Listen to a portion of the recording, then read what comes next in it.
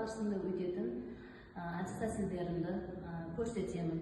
Үйде жаңа тақырыбыма дайындалған кезде жаңа тақырыпқа байланысты сұрақтарды артына жазып келемін, сәтіздердің артына. Жаңа тақырып өтіп болған соң балалардан кері байланыс сұраймын.